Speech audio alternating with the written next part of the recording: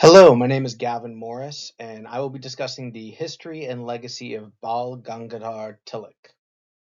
I want to explore Tilak not simply as an early nationalist leader, but as someone who we can think about the emergence of modern South Asian politics.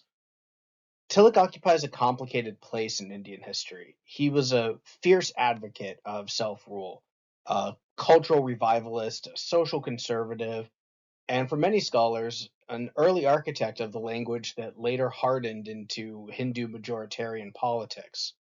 So instead of a biographical report, this lecture uses Tilak to illuminate themes of nationalism, religion, and political mobilization in late colonial India. Tilak emerged at a moment when British power seemed overwhelming, but new political institutions and modern print culture opened space for critique. The Indian National Congress had just formed in 1885. At the same time, a Hindu cultural revival was underway. Reformers, Sanskritists, communal organizations were debating what Hindu civilization meant in a modern colonial world. Tilak would harness these currents to create a more confrontational and culturally charged nationalism. Born in 1856 in Ratnagiri, Tilak was classically educated, mathematically gifted, and deeply shaped by Sanskrit literature and Hindu philosophy. Unlike moderate national leaders, Tilak rejected the idea that British liberalism would gradually deliver equality. Instead, he believed political rights had to be seized through agitation. His early career as a school founder and newspaper editor gave him a platform to challenge both colonial authority and Indian elites. Tilak's most famous line, "Swaraj is my birthright and I shall have it," captures his break from moderate nationalism. Swaraj, meaning self rule or self government, could also be seen in this context to mean independence. Tilak promoted boycotts, passive resistance, and public mobilization. He used his newspapers Kasari and Maratha to criticize colonial taxation, plague policies, and repression. In doing so, he widened the social base of the nationalist movement, bringing artisans, peasants, and students into politics. The British saw him as a dangerous demagogue and arrested him several times. One of Tilak's most influential innovations was transforming the Ganesh Chaturthi and Shivaji celebrations into mass political events. Ganesh Chaturthi celebrates the birthday of the Hindu god Ganesha, while the Shivaji festival celebrates the birth of Shivaji Maharaj, a Maratha warrior king. Both festivals are extremely Hindu in nature. These festivals created shared public space for ordinary Hindus, bridging caste differences and giving ritual new political meaning. The festivals were not inherently divisive, but they did mark a shift. Nationalism began to speak in the language of Hindu history and symbolism. This was crucial for mobilization. It created emotional energy and community, but it also raised questions about inclusion in a religiously diverse society. Tilak fused anti colonialism with a revivalist reading of Hindu civilization. He argued that ancient Hindu society upheld heroic values of action and duty, and that British rule had made Indians passive. His interpretation of the Bhagavad Gita emphasized activism and righteous struggle. This reading inspired many young nationalists, but it also foregrounded Hindu imagery in the national movement. A key question historians ask is whether this was a strategic choice, a popular idiom to unite people, or a deeper ideological commitment to Hindu primacy. Tilak was not a social radical. He opposed raising the age of consent for girls. It's important to note that the 1891 Age of Consent Bill raised the minimum age for marriage for girls from 10 to 12 in British India. Tilak criticized the 1891 Act as imperial interference in Hindu society. He also defended caste hierarchies and was suspicious of widow remarriage and other reformist measures. These positions reveal a tension. Tilak envisioned political liberation from colonial rule, but not necessarily social liberation within Indian society. I think understanding this divide is key to evaluating his legacy. Tilak's confrontational politics split the Indian National Congress. Moderates wanted petitions, gradual reform, cooperation with the British.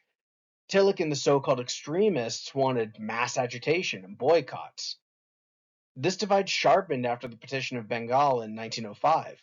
For our purposes, the split shows how nationalism is never a single project. It's contested, shaped by personalities, and intertwined with debates over who speaks for the nation and in what cultural language.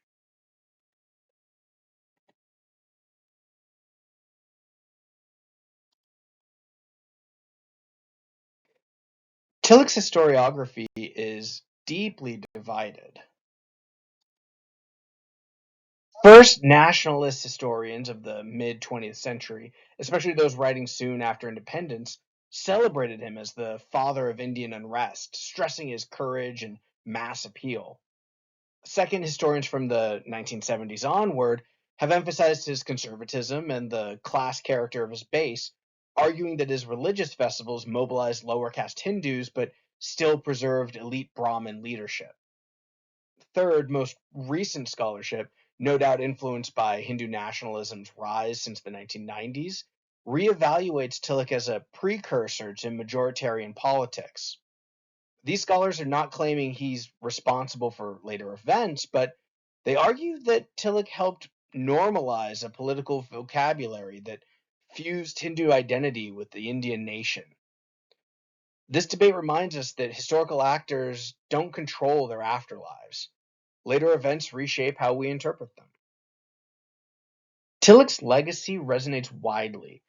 He helped shift nationalism from elite meeting halls into the streets.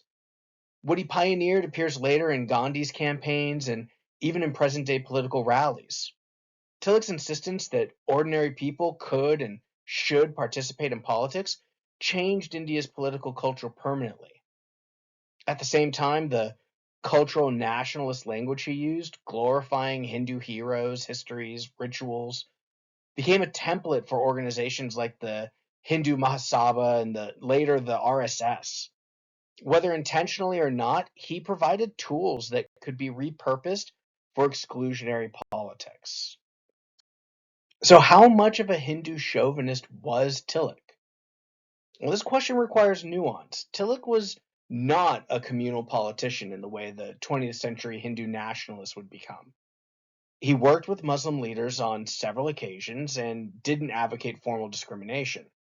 Yet he consistently framed nationalism in Hindu cultural terms and imagined India through Hindu mythic history, rejected social reforms that would have broadened equality within Hindu society. His mass festivals placed Hindu symbolism at the center of public life, which inevitably marginalized non Hindu participants. So the answer may be this: Tilak was not a Hindu chauvinist by intent, but he was a Hindu nationalist by idiom. His political language centered Hindu tradition in ways that later movements radicalized. He represents a moment when religious revival and political mobilization fused and created both energy for anti colonialism and seeds of exclusion. By focusing on Tilak, we see that nationalism in South Asia didn't emerge simply from abstract political theory. It emerged from festivals, newspapers, religious idioms, street politics, and moral language. Tilak shows how anti colonial resistance could be both liberating and limiting. Liberating because it mobilized millions, but limiting because it rested on cultural narratives that didn't speak to all Indians equally. Studying Tilak helps us understand the ambiguous legacy of cultural nationalism, the porous boundaries between religion and politics, and the ways charismatic leaders can shape a movement's emotional vocabulary in ways that outlast their intentions. Tilak forces us to grapple with a central question of modern South Asian history. Can a nationalism rooted in a particular cultural tradition truly represent a diverse society?